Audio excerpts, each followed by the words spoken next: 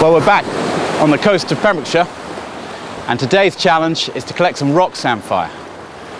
Now, one of Shakespeare's plays, King Lear, they talk about the hazards of picking rock samphire because it's found on sea cliffs, and it's all very well at the beginning of the season collecting at the lower levels, but as the season progresses we find ourselves getting higher and higher, and that's where I've got to now.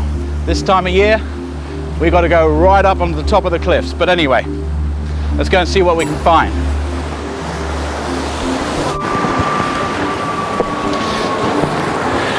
So this is the fun of the old rock samphire, climbing on the cliff edge. Key is good handholds, good solid piece of stone that's not loose. You get some stone that can break away, and of course that's a very risky thing.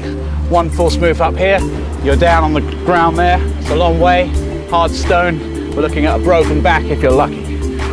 Well, a little bit of a tricky spot, but I've found a lovely example of rock samphire. This incredible aromatic herb, cooked with the sea bass, brings in a whole load of flavour. Our ancestors must have loved this stuff. That's why it's talked about in Shakespeare. They talk about the hazards of picking the rock samphire for obvious reasons. But most importantly, the reason is that as we pick it through the season, it gets scarcer and scarcer, and we find ourselves getting higher and higher up on the cliffs looking for good spots. But they're treasured spots. And it's for that reason that it's good to use a knife when you're picking. And you just chop it delicately away off the root, leaving the root in place on that rock. And that plant will be there for years to come.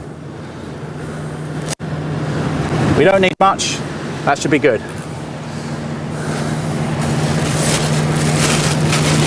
So let's go cook some sea bass.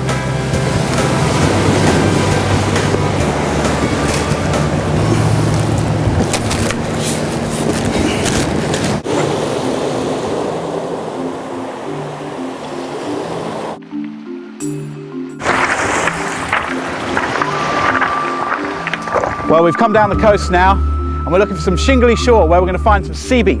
It grows just above the tide line. Only problem is getting there. Woo!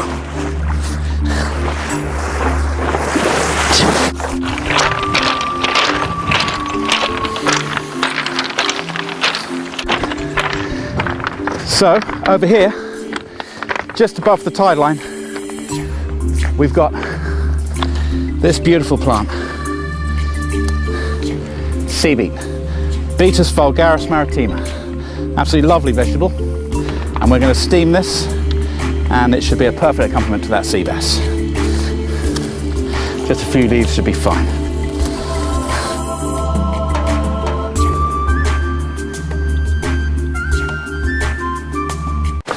Well, we've got ourselves a nice sheltered spot here, just up the way. I reckon we can get a little fire going, get cooking. Get this pan on. So we got ourselves this beautiful bit of fish.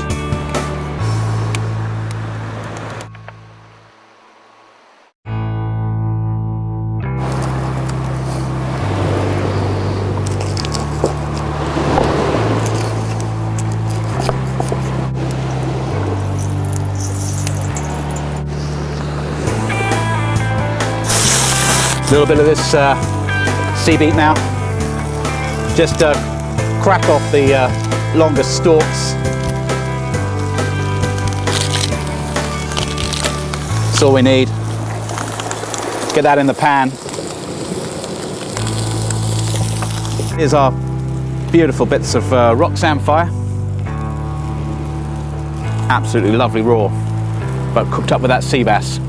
Get it slightly crispy. Takes a whole new set of flavours.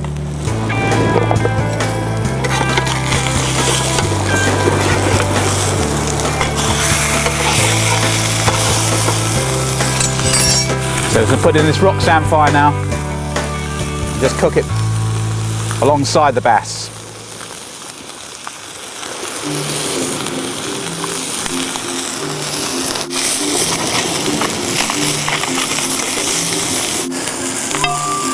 Okay, time to serve up some of this bass. Little bits like that. Absolutely delicious.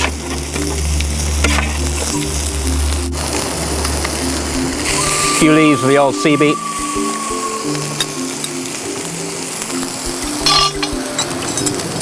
And there we have ourselves sea bass, garnished with the rock samphire and a few leaves of sea beet. Now, that is absolutely lovely. It's been quite a day. Scaling the cliffs, falling in the water, but worth every minute. Sea bass with rock samphire and sea beet. Till next time.